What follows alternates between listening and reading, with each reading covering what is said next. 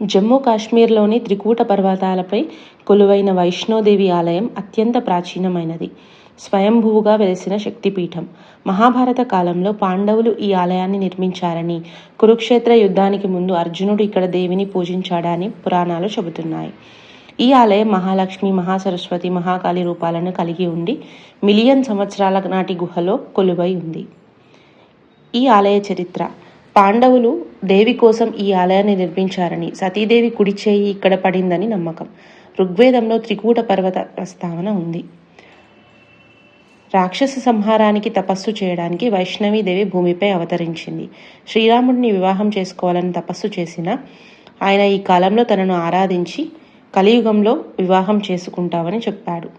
భైరవుడు అమ్మవారిని వెంబడించగా ఆమె తనను తాను రక్షించుకోవడానికి త్రికూట పర్వతాలలోని గుహలోకి ప్రవేశించింది. చివరికి భైరవుడిని శిక్షించి క్షమాపణ కోరగా మోక్షం ప్రసాదించింది. ఈ గుహే నేటి వైష్ణోదేవి ఆలయం.